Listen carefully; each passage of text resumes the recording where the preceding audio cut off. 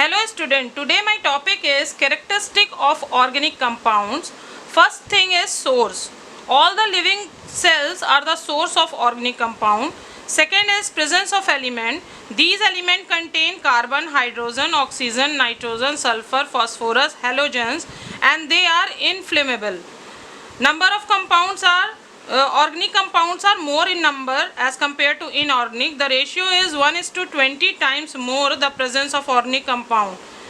So as compared to inorganic compound is less in number. Organic compound is more because the catenation of carbon.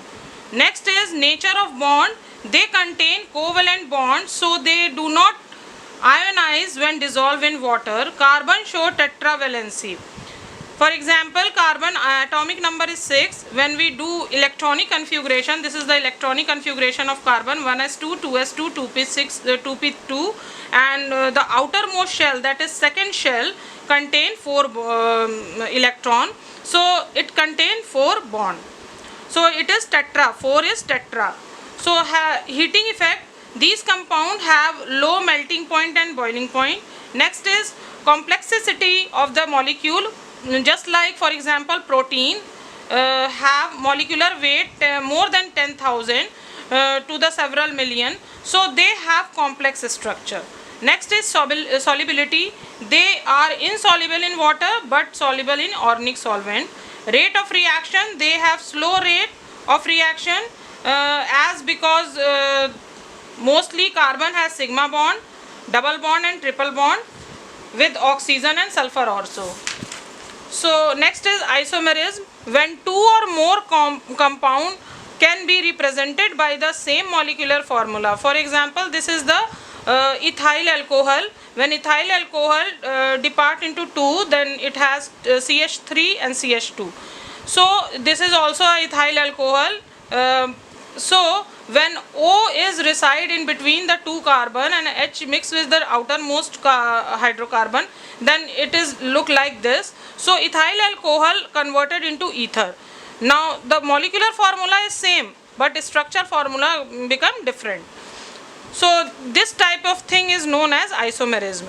Now polymerism, when 2 or more organic compound can be represented by same empirical formula. For example, in these 3 compound, all they have common in them is CH.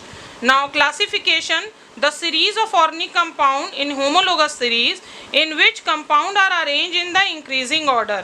For example, if we take methane, if we add CH2, then it becomes ethane. If we add CH2 again, it becomes propane. If we add CH2, then it became butane, and so on. So this is all are called as homologous series as the carbon molecular weight of the carbon get increases. Now come to source of organic compound. There are 2 source: natural source and synthetic source. Synthetic source is man-made source also. So natural sources are divided into 4 parts: plant, animal, fungi, and natural gas.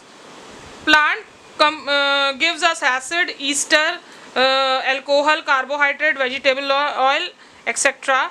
Animal gives protein, fat, hormone, urea. Fungi gives microorganism, alcohol, acid, and antibiotic. Natural gas, natural sources are give gas, petroleum, gasoline, kerosene, lubricating oil, Vaseline, paraffin, wax, coal tar, etc. Now come to synthetic source: dyes, fabrics, medicine, vitamins. These are the synthetic source which are man-made.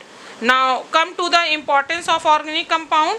Most of the things we use in our daily lives are made mainly from organic compounds. The food we eat is essentially a mixture of organic compound. The clothes that we wear are also made of organic compound.